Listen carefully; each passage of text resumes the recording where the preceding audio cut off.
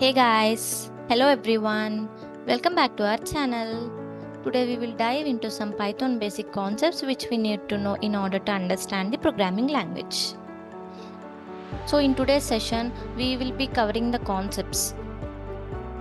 First, we will begin with third-party packages, next sophisticated tools, next Python programming modes, and the last one is working with Python. So third-party packages. In order to understand third-party packages, first we need to know what is a package. So a Python package is nothing but a collection of modules that are organized in directories according to a specific structure. But why are they organized? Packages are used to organize and distribute Python code for reuse and maintainability. Pythonistas in Python community create packages and makes it available to use for other programmers. Pythonistas in the sense one who writes the code in Python. So they use PyPI, which is nothing but Python package index. In the short form, we can call it as PyPI. So PyPI maintains a list of such third-party Python packages available. There are third-party packages available for literally doing everything under the sun. Some packages that are popularly used for creating data science applications include NumPy, SciPy, Pandas, Matplotlib, and OpenCV. So what is NumPy? NumPy is nothing but numerical Python.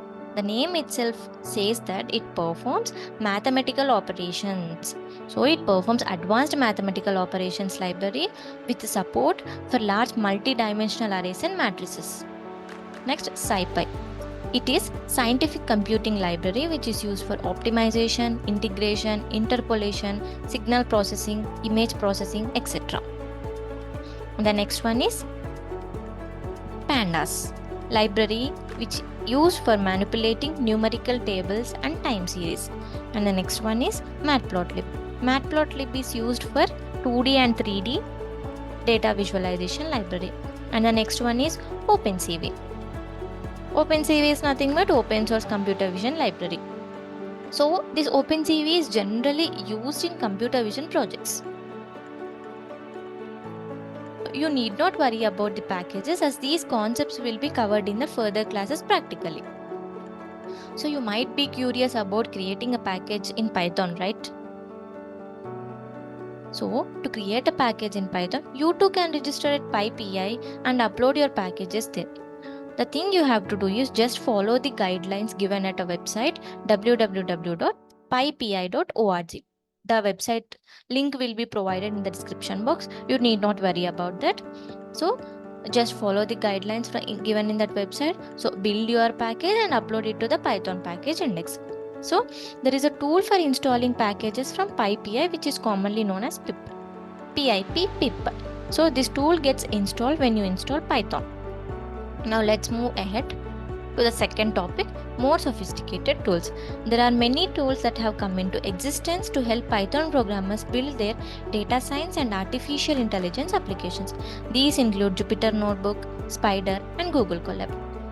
So Jupyter Notebook. Jupyter Notebook is a very flexible browser-based tool that lets us to interactively work with Python and many other languages. It lets us put our Python code, output of the code, and any kind of visualization or plot, etc. in the same document called notebook.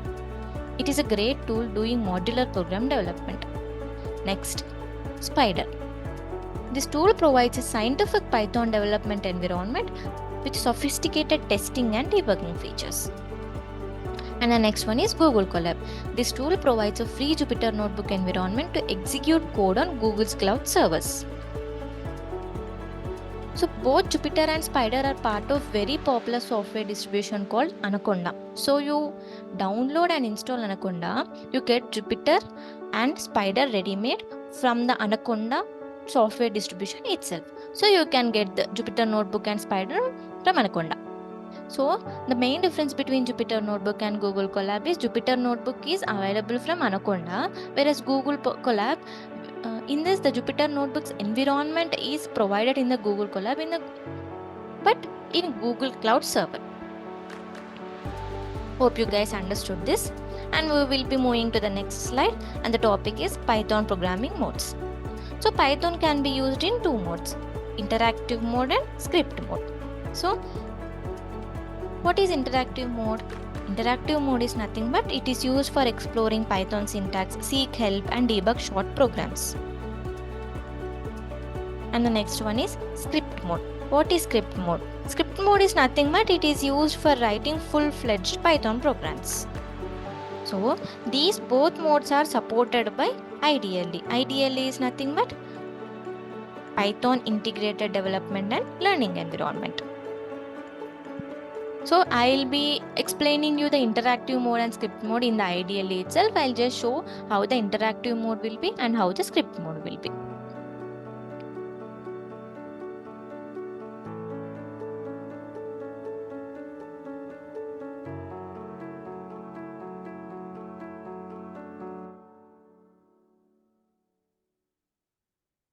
Yeah.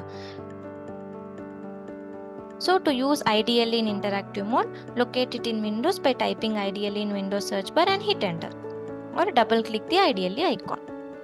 So it will open the Python shell window showing 3 arrow marks, 3 greater than symbols. Hope you Python shell prompt. So just print. This is an interactive mode. Hit enter. So it printed the output as interactive mode. So in order to execute a program in order to write a code in script mode, just click on file,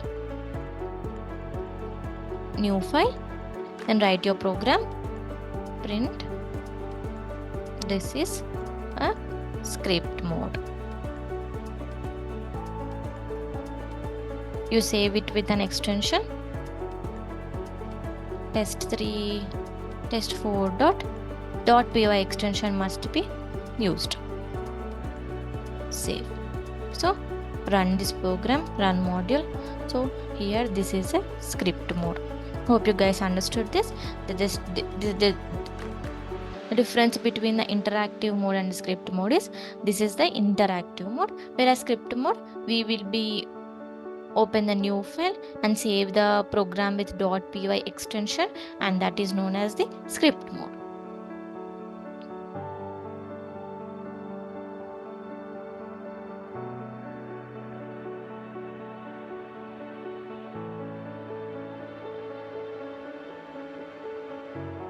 Hope you understood the difference between the interactive mode and script mode practically.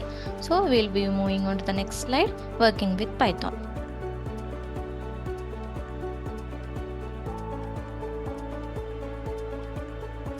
So once Python is installed, program development can be done using the built-in Python Integrated Development and Learning Environment. So Integrated Development and Learning Environment, which can be called as IDLE in short form.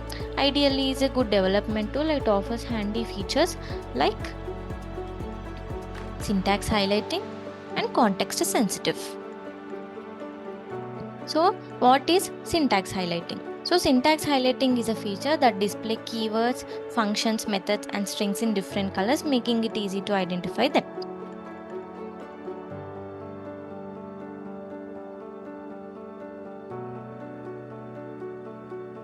I'll be just show you an example of syntax highlighting and will explain you the color, how the syntax is highlighted in the Python code.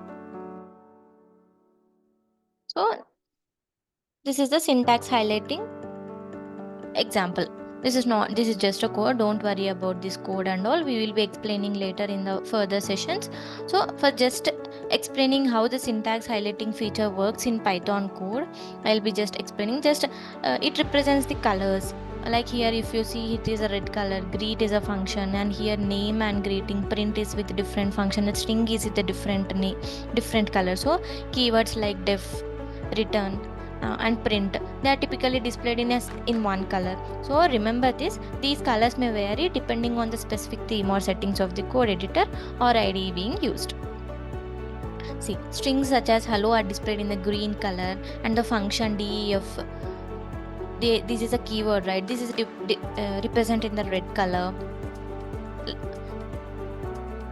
So this is a function name, greet. So it is represented in a different color. So this all works with the syntax highlighting feature. Hope you understood this, and this is the where syntax highlighting features comes into the picture in the Python code.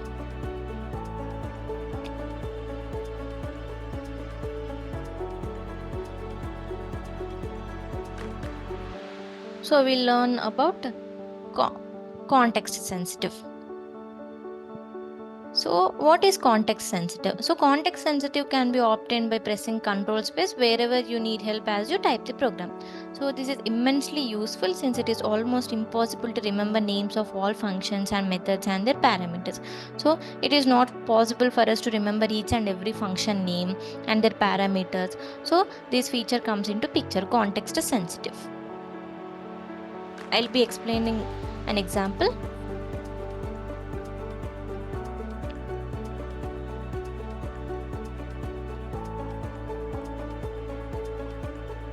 So indentation. In this example, the indentation determines which print statement belongs to the if block and which print statement belongs to the else block. So changing the indentation would change the logic of the program. And the next one is function and variable scope. In this example, X is defined both inside and outside the function my function. So this is the function my function. X is defined both inside and outside the function. So the variable X inside the function has a local scope and is separate from the global X. The context of the variable X determines which value is printed. The next one is dynamic typing. Here the addition operation X plus int of Y depends on the types of X and Y. Types means data types. So the context sensitivity of Python's dynamic typing system allows Y to be converted from a string to an integer, resulting in the addition of two integers. And the next one is context managers. In this example, the which statement is used to open a file and write data to it. The context sensitivity ensures that the file is properly closed after the block of code is executed, even if an exception occurs. And this is the dunder magic methods. Here the add method is a dunder method, this one. So here the add method is a dunder method that defines the behavior of plus operator, for instance of the my class. The context sensitivity of the operator depends on the implementation of this method, allowing custom addition behavior for my class objects. Hope you guys understood this. If you have any doubts, please write the comments in the comment section. So the very next important feature is the debugger. So what does the debugger do? Debugger lets you locate any logical errors that you may have committed in your program by allowing you to trace the flow of execution of the program. So this tracing can be done a step at a time by setting up breakpoints and by single stepping through the program. As you do so, ideally lets you watch the values of different variables as they change during execution. Hope you understood this, guys. So thank you all so much for joining me today. I hope you found this session valuable and enjoyable. If you have any questions or suggestions for future sessions, please feel free to leave them in the comments below. Remember to like this video if you found it helpful and subscribe to my channel for more content like this. Your support helps me continue creating and sharing content that you find useful. Until next time, take care, bye-bye, and I look forward to seeing you again in the next session. Thank you again and have a wonderful day.